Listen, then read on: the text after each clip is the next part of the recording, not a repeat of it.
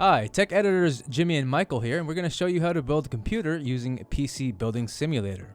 So just to let you know, this is in almost like pre-alpha state, and we're gonna kind of walk you through what is accurate. But yeah, let's go ahead and jump into it. Hop right into that.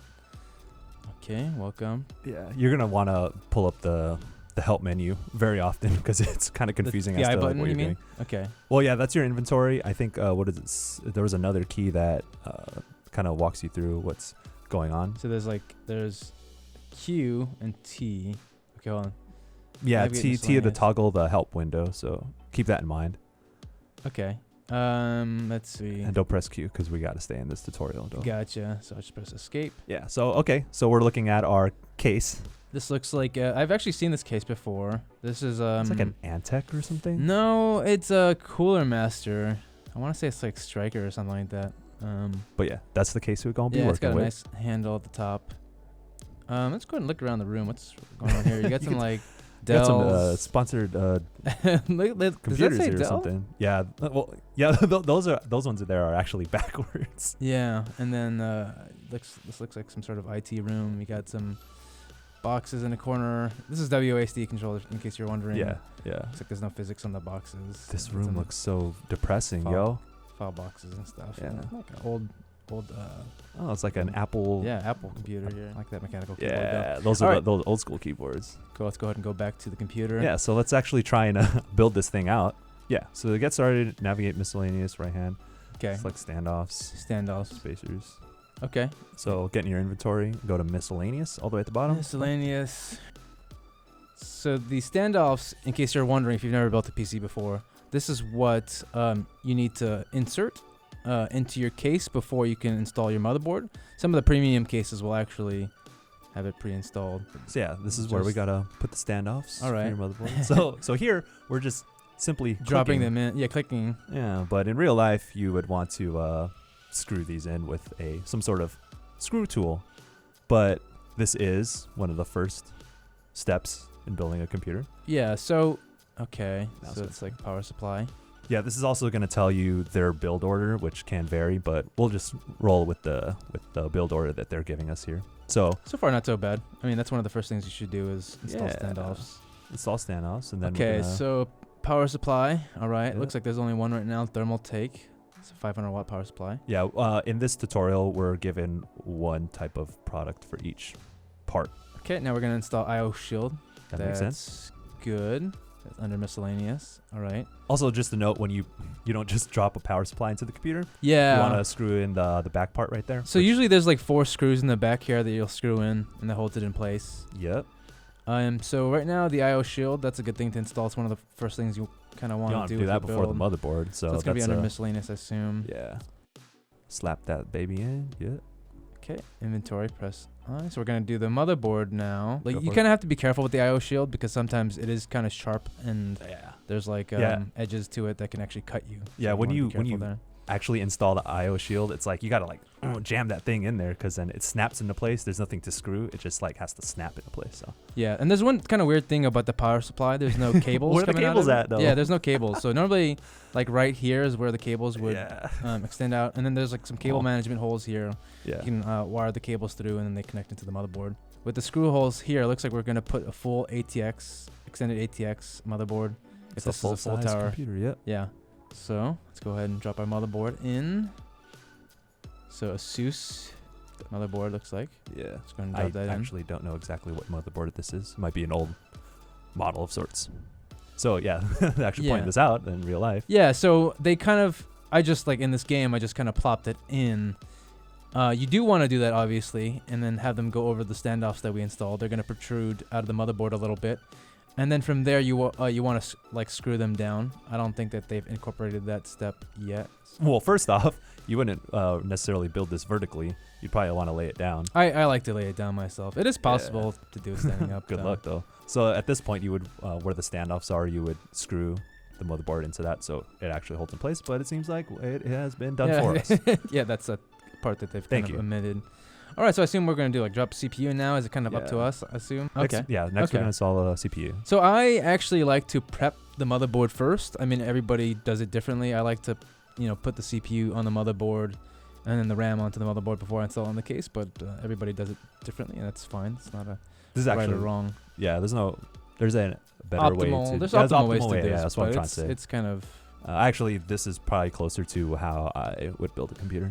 Ooh, yeah. So you gotta take that hook out and then open the latch. They kind of glossed over that. That's like a nice little animation, but they kind of glossed over it. You actually, there's like a little lever that you have to press down and it releases. It's not too difficult. Okay, now to install the CPU. Okay, go ahead and select the CPU.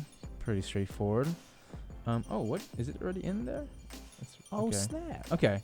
So one thing that I want to note here is that you have to be very careful with installing a CPU. There's only one correct way to put it in, and the way that you know how to do it is there's an arrow on usually on the bottom left or so, and it aligns with the socket.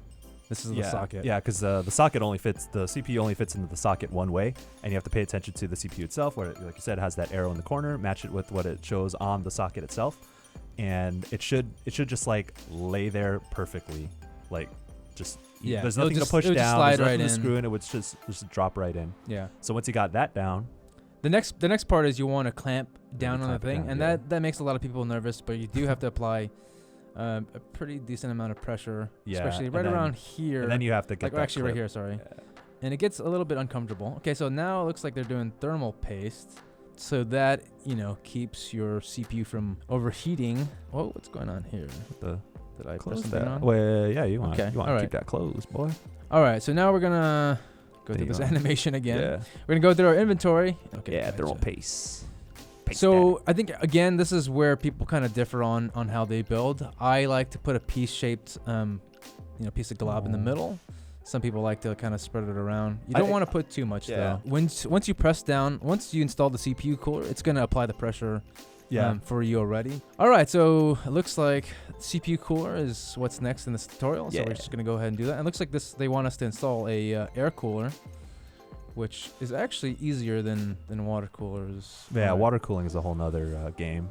It's not super hard. Let's see if they have. It's not super hard, but it's just different. Yeah, stock cooler. All right, we're gonna go ahead and install that one in.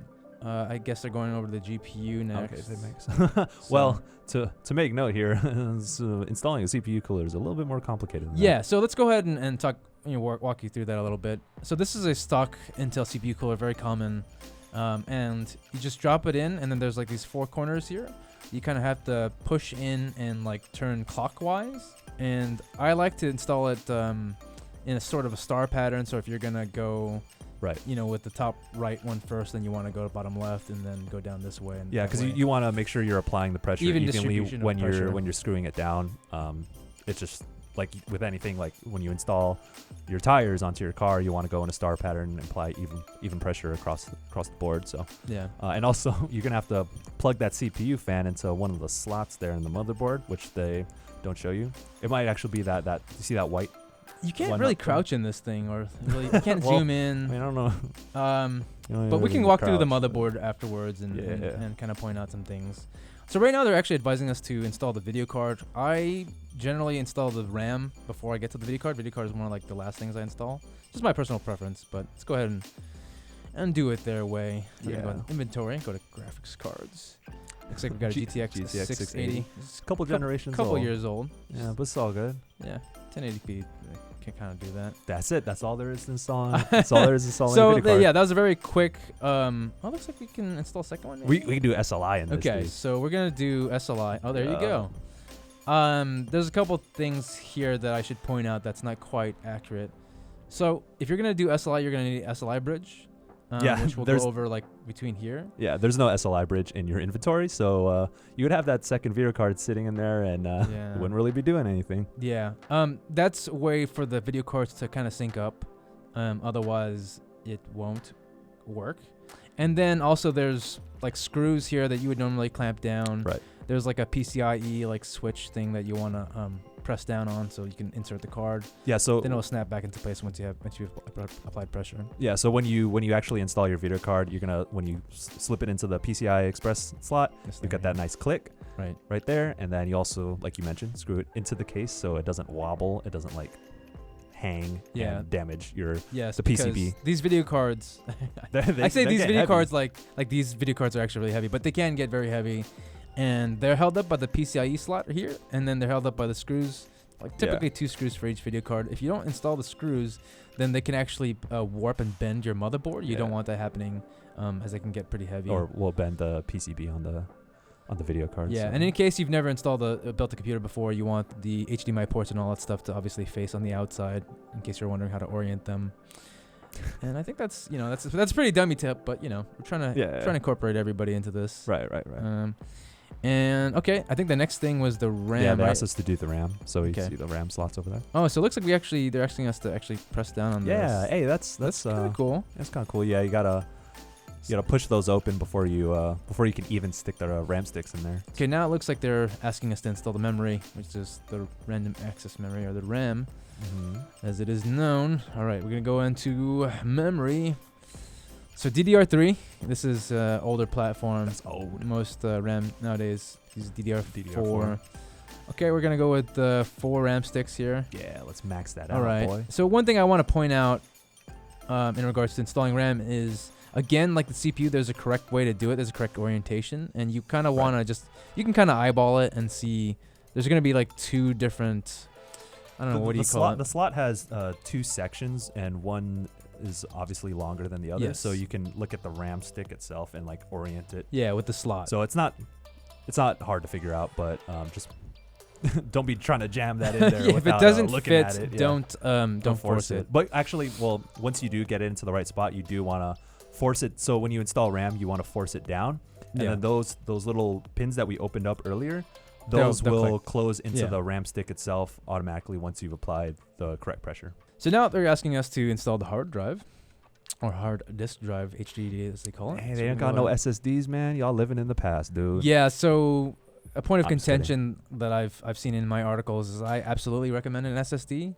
I would not recommend a friend to build a computer without an SSD. For this purpose, we're just going to install a hard drive, which is fine. Well, if you look at the top right corner, we had $2,000 in our account, man. I would recommend y'all spend some of that on an SSD, a really good computer with $2,000. By the way, you can get a really good computer for under $800. But for now, we're gonna be working with this hard disk drive. Storage. Okay, yeah. There's no SSD options. Oh wow. Okay. So let's go ahead and talk about installing the hard drive. Oh right. And I think we can install 4. That's cool. Lots of storage. One thing that we really didn't mention in regards to the video card, now that I realize it, and the hard drive, is you're gonna have to install cables. So if you look closely, I think that this is like a video card with like 8+6 pin power connector. So you're probably gonna need a beefier power supply than 500 watts. Yeah, to power something like this. Yeah, initially, I mean, they didn't tell us to install 4 hard drives and 2 video cards, but I probably recommend getting a little bit more than 500 watts. Okay, let's see. System fan. I got fans, man. Cooling. Where my fans at? Simple fan. Looks like we can do 3. I don't see. We only got simple fans. Okay, the last part is cabling. Okay, so like now that they're highlighted green means those are all the things that need to be cabled or connected through the power supply. Yeah. So right now, to advance, you would want to go to cabling mode. Okay. Oh, this is interesting. Then it asks you what cable you're supposed to connect, which is sort of like a quiz. I feel like a quiz. Yeah, it's like a quiz. Yeah. So this is going to be 20 to 24 pin. Let's go ahead and take a look at it. Yeah. So kind of explain. I'll try to kind of explain what we're plugging in. So we've plugged in all the components. Now we just need to wire everything up and get everything powered. Right. So this is going to be, depending on your motherboard, you might have a 20 or 24 pin. Usually like 20 pin you might find on like a smaller like mini ITX motherboard, like a very small motherboard. This is probably going to be 24 pin. So that is just to power the system, the motherboard basically. So we're going to go ahead and choose 24 pin. Yep. And then let's go on to the video cards here. Yeah. So the video card is going to be the 8-pin PCIe. Yeah. At least for that side of the video card. Press escape. Okay, so that was the 8-pin, and as I mentioned earlier, this is an 8-pin plus 6-pin. So this is actually kind of a beefy video card. Needs a lot of power. We're going to require a lot of power. Yeah, so that's 6-pin. This is going to be a 6-pin. The reason you know it's 8-pin or 6-pin is if you actually look at it in real life, you the can number see of pins that are actually on it. So I assume this is going to be the 8 one. Yeah. And then it's kind of obstructed. Oh, is it in? Okay, it's in. It's all good in here, man. And then we're going to go don't gotta force anything. 6-pin here. Cool. And that is all powered, ready to go. So the video cards transfer data to the computer via the PCIe Express. Get some power that way too, 75 watts, and then additional power. Some video cards actually won't even require this at all. And then so this is all the video cards all ready to go. And then let's see, we got Without that SLI bridge though. I think this is supplemental CPU. Yeah, because usually on a motherboard it just says CPU power. Yeah. Okay. And then I think these are some fans. I want to say. Yeah, those are fan connectors. Fan cable. Maybe that's for the CPU fan. Oh, Since right. we didn't connect it just yet. So the CPU, it is plugged into the motherboard, like physically plugged in, but it actually needs to communicate with the motherboard. This is what that cable does. You have this one for this fan back here. The RAM connects via the RAM slots. The CPU is in the socket, so that's how it transfers information. And I'm trying to think of what else to. Are we done? I mean, do we need to get the hard drive? So you can spin the case around. Back out a little bit. Yeah. See those buttons on there on the wall? Oh, okay. That's kind of a weird. Controls. This is a weird, like a Lazy Susan kind of thing. Yeah, swing it around. Oh, this is nice. Very luxurious. Yeah, the case connectors, like for the USB ports and like the power button, those are not included in this model that we're looking at, but they will be there, and they will probably be wired through the back of the case.